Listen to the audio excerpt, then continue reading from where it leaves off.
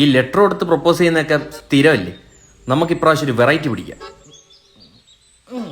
Class കഴിഞ്ഞ് അവൾ പോകുമ്പോൾ നീ അവളുടെ പുറകെ പോകണം.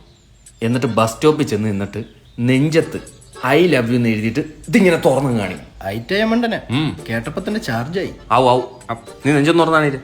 അങ്ങനെ ഞാൻ ആർക്കും കാണിച്ചു കൊടുക്കാറില്ല. ഇതെന്തുവാടെ ഇത്, തൊഴിലുറപ്പുകാരെ വെച്ച് ചെത്തിക്കേണ്ടി വരുമല്ലോ.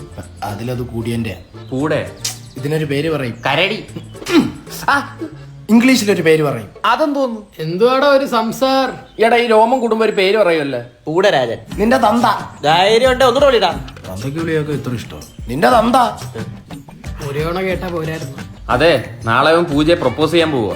എങ്ങനെ? നെഞ്ചത്ത് ഐ ലവ് യു എന്ന് എഴുതിയിട്ട് അവളെ മുമ്പിൽ പോയി തുറന്നു കാണും. എന്തിനാ അവളെ പേടിക്കാന്? ആണുങ്ങളെ പോലെ മുഖത്ത് നോക്കി പോയി പറടാ. ഓ, അതുകൊണ്ടാണ് നീ ആരുടെ മുഖത്ത് നോക്കിയൊന്നും പറയാത്തത്. ഐഡിയക്ക് എന്ത് കുഴപ്പം, ചാർജ് ആയില്ലേ? സ്വിച്ച് ഓഫ് ആയി. എടാ ഈ ക്രിഞ്ചി പരിപാടി ഒന്നും പെമ്പിള്ളേർക്ക് ഇഷ്ടമല്ല. ഡയറക്റ്റ് ഡീൽ ചെയ്യണം. എന്നാ നാളെ നീയും വാ.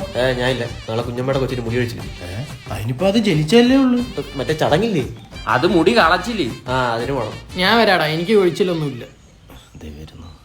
എന്താ കാണണോന്ന് പറഞ്ഞ?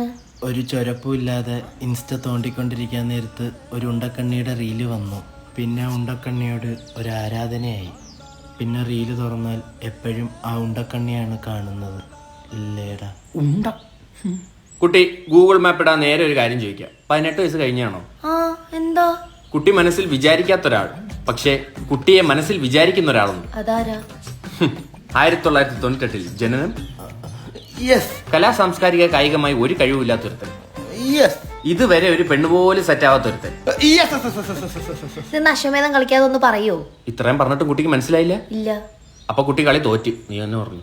കുട്ടിയുടെ വീട്ടിൽ വന്ന് ഞാൻ ചായ മിച്ചറും കഴിക്കുന്നത് എന്തെങ്കിലും വിരോധമുണ്ടോ? അതെന്ത്, തന്റെ വീട്ടിൽ ചായ മിച്ചറിട്ട് തരത്തില്ലേ? I love you. എന്തൊരു കാര്യം. എന്തോ പറഞ്ഞ ഞാൻ കേട്ടില്ല. ആ ബെസ്റ്റ്, നാണിച്ചടുത്ത ജില്ലയിൽ പോയല്ലേ അവൻ. ഉത്തരം പറഞ്ഞോളൂ. എന്തോന്ന്? എന്റെ പൊന്നുകുട്ടി ഇവന് കുട്ടിയെ ഭയങ്കര ഇഷ്ടമാണ്. ഇഷ്ടമല്ലെങ്കിൽ പെട്ടെന്ന് പറ. അയ്യോ സോറി ബ്രോ, എന്റെ സങ്കല്പത്തിലുള്ള ഒരാളല്ല ബ്രോ.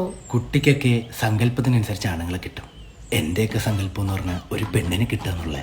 അയ്യോ ബ്രോയ്ക്ക് വിഷമം വരാൻ വേണ്ടി പറഞ്ഞതല്ല. സവാള അരിഞ്ഞിട്ട് കരയില്ലെന്ന് പറയല്ലേ കുട്ടി. കുട്ടിയുടെ സങ്കല്പം പറ, ഞങ്ങൾ ഇവനെ അതേപോലെ ആക്കിത്തരാം. പറ്റില്ല, അത് എന്റെ സങ്കല്പത്തിലുള്ള ആള് ഇതാ. ഇത് ബഷീറിന്റെ മോഡല്ലേ? ഈ താടിയും കൂടെ പഠിച്ചാ അങ്ങനെ ആവുമോ? ഇങ്ങനെ ഇരിക്കും. വേണ്ടല്ലേ. നിങ്ങൾ ഇതേപോലെ അല്ല. കല്യാണത്തിന് വിളിക്കണം. വിളിക്കാം. മണ്ഡപത്തിൽ ഞാൻ ഈ സങ്കല്പം കണ്ടില്ലെങ്കിൽ പിന്നെ അവിടെ എന്താ നടക്കുന്നതെന്ന് ആർക്കും സങ്കല്പിക്കാൻ പറ്റത്തില്ല. സങ്കല്പിച്ചു.